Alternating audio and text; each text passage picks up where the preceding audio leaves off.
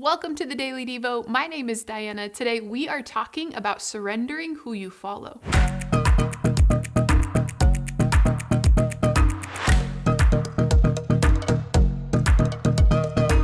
Hey, what have you been following lately? The other day, I was following those assembly instructions as I put together a new piece of furniture. My nephews, when we FaceTimed, they were following the Lego instructions when they were building their new set they were so excited about. My niece, she's following dance instructions at dance practice. Kids on the playground, they play follow the leader. Adults in new cities, you follow GPSs. And athletes, they follow coaches' training plans. Musicians, you follow sheets of music. Astronauts, they follow the launch plans, right? Listen to what Jesus tells us about following in Luke 9. Now Jesus, he's talking to his followers, a group of people who were with him, hearing him, learning from him.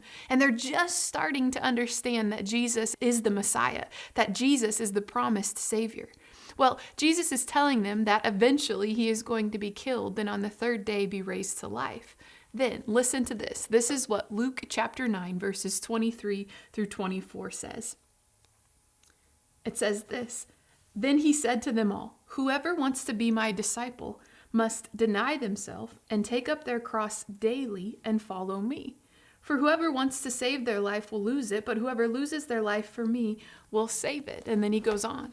Today, we are talking about surrendering who we follow. When we choose to follow someone or something, we're making a choice, right? We are yielding our way to follow the way of the one that we've chosen to follow. We lay down our preferences and we pick up their way and we walk in it. Well, Jesus is saying, if you want to be my follower, if you want to be my disciple who is learning how to walk with me, live like me, think like me, act like me, then follow me. And he's describing for them, here's what following looks like. Did you hear what he said in today's scripture? He said it looks like denying yourself, taking up your cross of sacrifice, and following Jesus daily. I want you to hear this. In today's verse, he's reminding us it's a daily choice to live into the way of Jesus with the Holy Spirit's help. Today, what would surrendering your way, your desires, your thoughts to Jesus look like?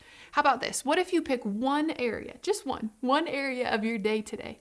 Maybe it's that particular meeting you always have, that school pickup, that after dinner downtime. Pick a specific time, a specific place in your day, maybe a specific interaction with a specific person.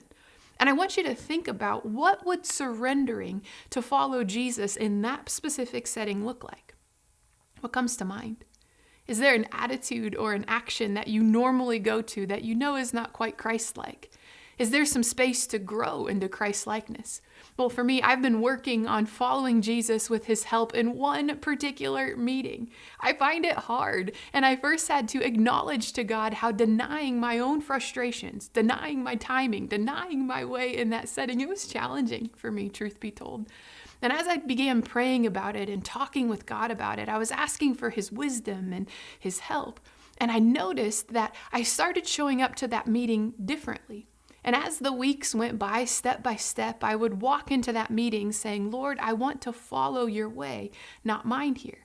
Help me follow you and help me be mindful when I drift." You see, the invitation in Luke 9:23 through 24, it is a daily invitation. It is a daily practice that matters on the large scale and on the small. And when we don't deny ourselves and take up our cross and follow, let's choose to turn back to God. Let's tell him the truth about how we've drifted and ask for his help, because we can grow as followers of Jesus. And how we do that is we surrender who we are following and we follow Jesus. So today, who are you choosing to follow and whose way are you following? We'll see you next time.